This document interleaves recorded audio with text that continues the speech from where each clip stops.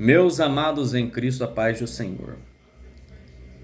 A palavra de Deus no capítulo 20, versículo 17, ele vai falar de um juramento, de uma aliança feita com Jonatas, filho de Saul, com Davi. Por ocasião, nessa situação aqui, o rei Saul já procurava, não por uma, mas por várias vezes, intentar tirar a vida de Davi. Davi foi aquele que se colocou na brecha. Nos dias em que Saul poderia ter a sua ascensão ao trono prolongada, diz a palavra que ele começa a fazer coisas que desagradaram ao Deus de Israel. E por ocasião dessa situação, Deus então ele começa a procurar, a sondar outro homem que poderia ser colocado como rei sobre Israel. E Deus então ele vai encontrar por detrás das ovelhas de um homem chamado Jessé, o belemita. Havia um menino que, não por umas, por duas, por inúmeras vezes apacentando as ovelhas do seu pai, a Bíblia vai dizer que ele não somente zelava no cuidado com as suas ovelhas, tanto quanto ele colocava a sua própria vida em risco. Ao se deparar com urso, ao se deparar com leão, com animais que queriam devorar as ovelhas de seu pai. Só que como ele tinha ali, de uma forma representativa, dada pelo seu pai, para que ele pudesse cuidar dessas ovelhas, a Bíblia diz então que ele se empenha.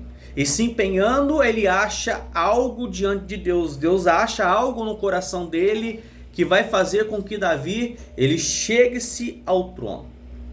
A Bíblia diz que ele é ungido não somente uma, duas, mas ele é consagrado a rei pela última vez quando Saul ele morre. Então, por ocasião dessa situação, no capítulo 20, a partir do versículo 17, vai dizer sobre a aliança de Jonatas, filho de Saul, com Davi. Aliança essa que transcendeu a morte. A Bíblia faz alusão a estes dois valentes, das quais estou me referindo, dizendo assim: Então respondeu Jonatas a Saul, a seu pai. Ele disse: Por que há de morrer? Quem fez ele? Então Saul atirou-lhe com a lança para ferir. Com isso entendeu Jonatas de fato que seu pai determinava matar a Davi. Então Jonatas ele vai falar para Davi: Davi, olha, eu vou atirar 3 flechas. E se eu disser assim para o moço, olha que as flechas estão para cá de ti, traze-as então, vem Davi, pode vir, porque você estará em paz. Porém, se eu disser ao moço, olha que as flechas estão para lá de ti, vai-te embora, porque o Senhor te manda ir. Aliança essa que da qual Jonatas faz com Davi. Então ele atira a primeira flecha, a segunda, e ele então dá a entender a Davi que a sua vida estava em risco. Pelo que Davi então ele foge. A Bíblia diz então que esses dois, no capítulo 1, versículo 22, diz assim: Sem sangue dos feridos, sem gordura dos valentes, nunca se recolheu o arco de Jonatas, e nem voltou vazia a espada de Saul. Saul e Jonatas, queridos e amáveis, tanto na vida como na morte, não se separaram. Eram mais ligeiros do que as águias e mais fortes que os leões. Irmãos, que características lindas essas que Davi ele vai fazer a essas duas personagens que haviam tido as suas vidas ceifadas. Mas o que me chama a atenção no auge dessa história é que lá, quando Rispa ela está ali exortando os animais do campo e as aves de rapina, os ossos tanto de Jonatas como de Davi havia sido esquecida. E esquecido por uma vez, diz a palavra de Deus que por ocasião dessa passagem onde Rispa, ela permanece por 6 meses cuidando dos ossos de seus 2 filhos e mais os 5 ossos dos corpos dos filhos de Merabe.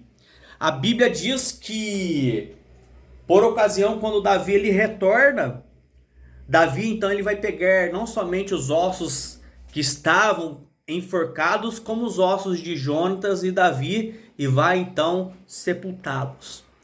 E sepultando Davi então ele lembra da aliança. Ele lembra da aliança que ele havia feito com Jonatas. E lembrando-se da aliança que ele havia feito com Jonatas, Davi já havia conquistado praticamente as maiores vitórias da sua vida. Deus já havia lhe colocado sobre o trono nessa época. Então a Bíblia diz que ele lembrou-se do juramento de Jonatas que ele havia feito.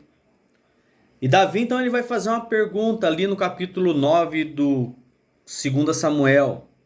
Ele vai fazer assim: resta ainda porventura alguém da casa de Saul para que eu use de bondade com ele por amor de Jonatas? Havia um servo na casa de Saul cujo nome era Ziba. E chamaram que viesse a Davi e perguntou o rei: és tu Ziba? E respondeu: eu mesmo sou teu servo. E disse-lhe o rei: não há alguém da casa de Saul para que eu use de bondade de Deus para com ele? Então Ziba respondeu o rei: há um filho de Jonatas, aleijado de anjos os pés. Onde está? E perguntou o rei a Ziba, pelo que respondeu: ele está na casa de Maquir, filho de Amiel, em Lodebar. É interessante, meus amados em Cristo, que como sendo neto de Saul, filho de Jonatas, esse menino ele ficou escondido por alguns anos, até a grande ascensão do rei Davi. E Davi então lembrando-se da aliança que ele havia feito com Jonatas no passado, ele vai perguntar se havia alguém para que ele pudesse usar de benevolência.